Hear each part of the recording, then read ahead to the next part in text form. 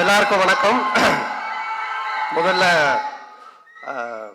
இந்த இங்கே வருகை தந்துள்ள அனைவருக்கும் என்னுடைய மனமார்ந்த நன்றியை தெரிவித்துக் கொண்டு அவங்க எல்லாரும் வருக என்று வரவேற்கிறேன்.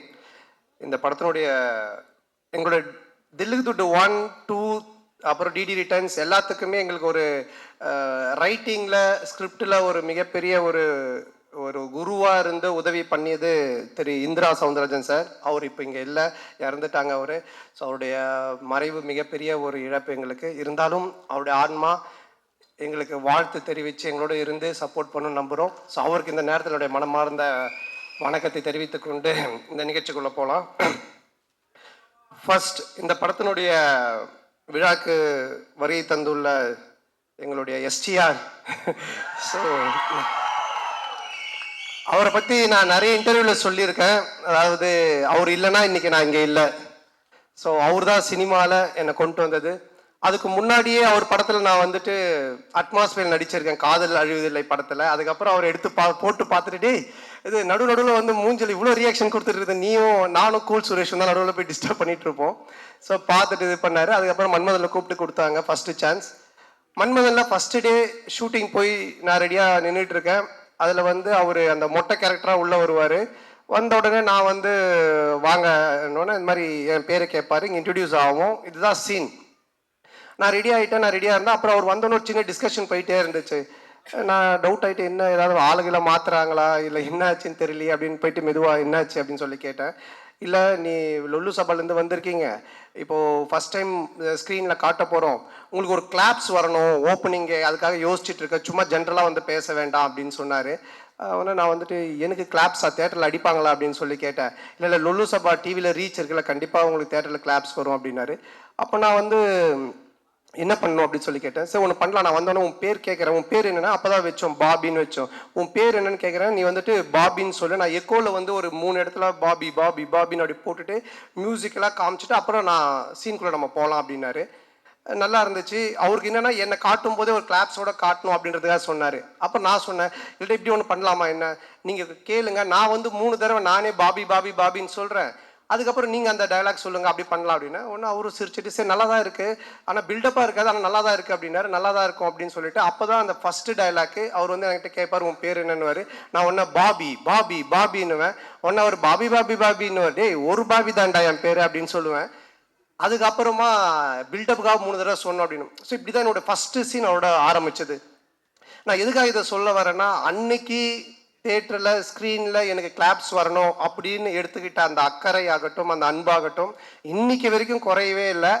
அதே அன்பு அதே அக்கறை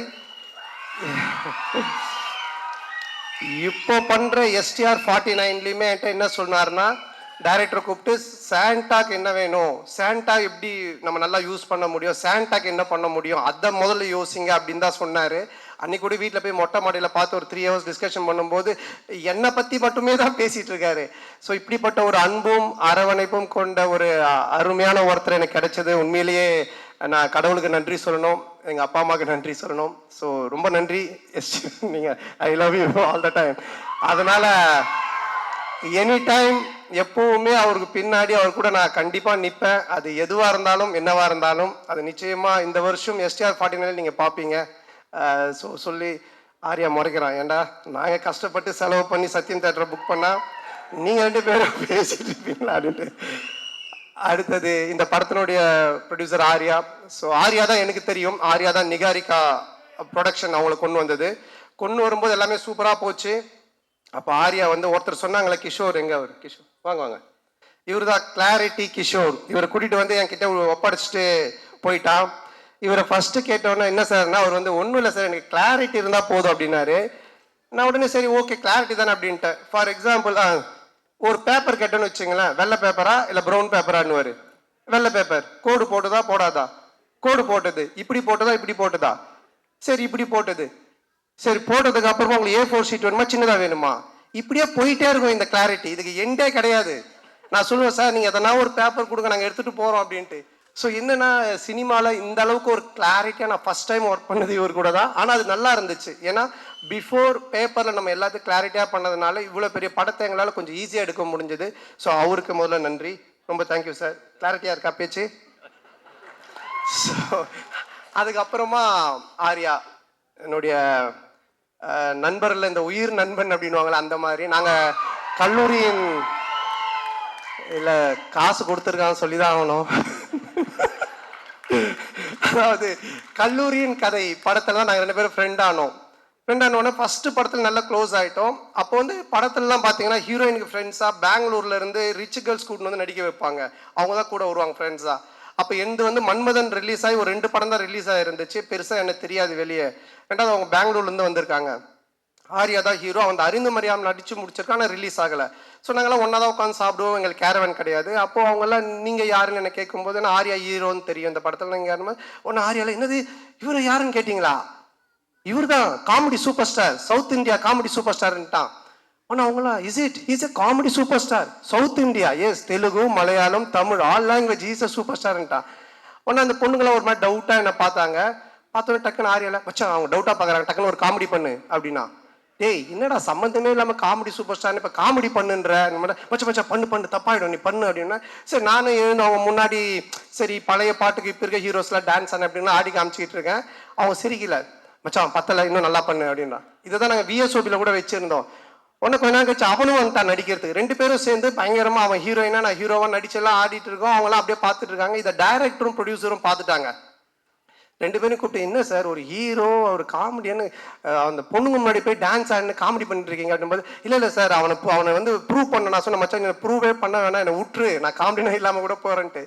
அதுக்கப்புறமா அந்த காமெடி சூப்பர் ஸ்டார்ன்றது அவன் விடவே இல்லை. சேட்டை படம் அப்போ காமெடி சூப்பர் ஸ்டார் டைட்டிலே எனக்கு போட்டுட்டான் படத்தில். நான் லிங்கால நடிக்கும்போது ரஜினி சார் கூப்பிட்டு கேட்குறாரு, நீங்கள் காமெடி சூப்பர் ஸ்டாரா அப்படின்னு. நான் ஒன்றும் இல்லை சார் ஆர்யா தான் போட்டான்னு.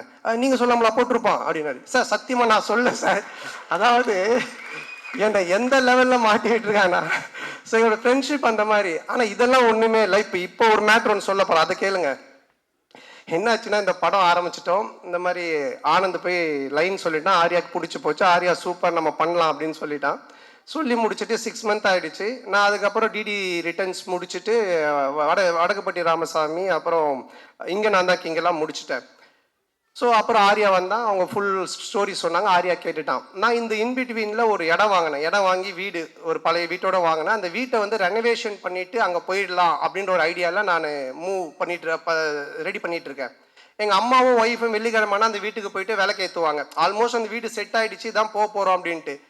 ஆர்யா கதை கேட்டு முடிச்சுட்டு எங்கடா இருக்க அப்படின்னு சொன்னால், மச்சான் இந்த மாதிரி நான் இந்த ஒரு இடம் வாங்கியிருக்கேன்டா, அங்கே ஒரு வீடு இருக்குது, அது ரெனோவேஷன் பண்ணிட்டு இருக்கேன். சரி நீ எங்கே நான் வந்துடுறேன் அப்படின்ட்டு அங்கே வந்தோம். வந்து மச்சான் படம் சூப்பராக அது கதை நல்லா நம்ம பண்ணிடலாம், எவ்வளோ செலவுனாலும் பிரச்சனை இல்லை, செம்மையாக பண்ணிடலாம். சரி ஓகே இது என்ன இதான் மச்சான் வீடு நான் சொன்னேன்னா பார்த்துட்டு இல்லை, ஏய் என்னடா வீடு நல்லாவே இல்லையா மச்சான், அவன் உள்ளெல்லாம் போய் பார்த்துட்டுல மச்சான் இந்த வீட்டை இடிச்சிரு அப்படின்ட்டான். நான் ஒன்றே ஷாக் ஆகி, மச்சான் வீட்டெல்லாம் இடிக்க முடியாது மச்சான், நான் வீட்டிலலாம் சொல்லிட்டேன் இதை ரெனோவேஷன் பண்ணுறோம், இடிச்சா நிறைய செலவாகும், அதுவும் இல்லாமல் ரொம்ப நாள் ஆகும்ல, ஏய் கம்னு நீ ஏதாவது ஒன்று இப்படி தான் பண்ணு வேடா கூடமா, அதுக்கப்புறமா வந்துட்டு இது சரியில்லை அது சரியில்லைன்னு சொல்லிட்டு இருப்பேன் அப்படின்னு சொல்லிட்டு என்ன பண்ணிட்டான்னா வீட்டை இடிக்க சொல்லி உடனே அவங்க ஃப்ரெண்டுக்கு ஃபோன் பண்ணி இது மாதிரி மச்சான் சந்தான வீடு தான் அட்ரஸ் நான் அவனுக்கு அனுப்புகிறேன், நீ இந்த வீட்டை வந்து இடிச்சு ஃபுல்லாக டெமாலிஷ் பண்ணுறேன்னா. உடனே அவன் வந்து ஒரு பாய்க்கு ஃபோன் பண்ணா, ஒரு பாய் ஒருத்தர் வந்தார். சண்டே நைட் இது நடக்குது, மண்டே டியூஸ்டே வெட்னஸ்டே தேர்ஸ்டே இடிச்சு தரமட்டமாக்கி எல்லாத்தையும் வாரின்னு போயிட்டாங்க. வெள்ளிக்கிழமை எங்கள் அம்மா ஒய்ஃபும் போய் விளக்கு ஏற்றுவாங்கல்ல, அவங்க வெள்ளிக்கிழமை போயிருக்காங்க. நான் சொல்லலை ஏன்னா திட்டுவாங்க அப்படின்ட்டு. எங்கள் அம்மா போயிட்டு வீட்டை காணோன்னு சொல்லி தேடிக்கிட்டே இருக்கிறாங்க. இந்த தெருவு போயிருக்காங்க, அந்த தெருவு போயிருக்கிறாங்க. அதுக்கப்புறம் எனக்கு ஃபோன் அடிக்கிறாங்க, ராஜா நம்ம வீட்டை காணும்பா அப்படின்ட்டு. நான் எப்படா சொல்கிறதுன்னே எனக்கு தெரியல. அதுக்கப்புறம் கொஞ்சம் வீட்டுக்கு வரமா நான் சொல்கிற மாட்டேன், வீட்டை காணுண்டாரு. இல்லைம்மா நான் வந்து சொல்கிறேமான்ட்டு. அம்மா இல்லைம்மா ஆர்யா வந்தான் அன்னைக்கு பார்த்துட்டு வீட்டை இடிச்சிட்டு புதுசாக காட்டலாம் நல்லா வரும், நான் அவன் சொன்னால் கரெக்டாக இருக்குமா அப்படின்னா. உடனே எங்கள் அம்மா ஷாக்கா, ஏண்டா நீங்கள் 2 பேரும் படத்தில் தானடா அப்படி பண்ணுவீங்க, நிஜ வாழ்க்கையில் மாடா பண்ணுவீங்க, ஒரு வீட்டை இடிச்சிட்டு கிரவுண்டாக கேச்சிருக்கீங்க. ஸோ இந்த லெவல் நாங்கள் 2 பேரும் ஃப்ரெண்ட்ஷிப்பு. ஆனால் என்னென்னா இதில் ஒரு விஷயம் நான் சொல்கிறது, 2 பேருமே இது வரைக்கும் அந்த கல்லூரியின் கதையிலேருந்து இன்னைக்கு வரைக்கும் பயந்ததே கிடையாது. சினிமாவில் இப்படி பண்ணலாம் அப்படி செய்யலாம் பயந்ததே கிடையாது. எதுவாக இருந்தாலும் தைரியமாக பண்ணுவோம். ஐயோ அது அப்படி ஆகிடுமோ, ஐயோ இப்படி ஆகிடுமோ, இப்படி பண்ணால் அப்படி ஆகிடுமோ அப்படின்ற பயம் எங்களுக்கு கிடையவே கிடையாது. வாழ்கிற வரைக்கும் ஜாலியாக வாழ்வோம், நல்லபடியாக வாழ்வோம், என்ன வருதோ பார்ப்போம், ஃபேஸ் பண்ணுவோம், அப்படியே போயிட்டே இருப்போம். அந்த ஒரு எனர்ஜி தான் இன்னைக்கு வரைக்கும் ஆர்யாவை இங்கே ஒரு இந்த இடத்துல கொண்டு வந்து ப்ரொடியூசராக நிற்க வச்சிருக்கு, என்னையும் ஒரு படம் பண்ணி போயிட்டு இருக்கிற ஒரு இடத்துல வச்சிருக்கு. ஸோ நாங்கள் 2 பேரும் பயந்ததே கிடையாது. இந்த படம் நீங்கள் சொன்ன மாதிரி ஆர்யா சொன்ன மாதிரி என்னுடைய பிரச்சனையை தீர்த்து படத்தை பண்ணுறதெல்லாம் வந்துட்டு வேற யாருனா இருந்தாங்கன்னா என் வீட்டு வாசலே தான் படுத்திட்டு இருந்திருப்பாங்க.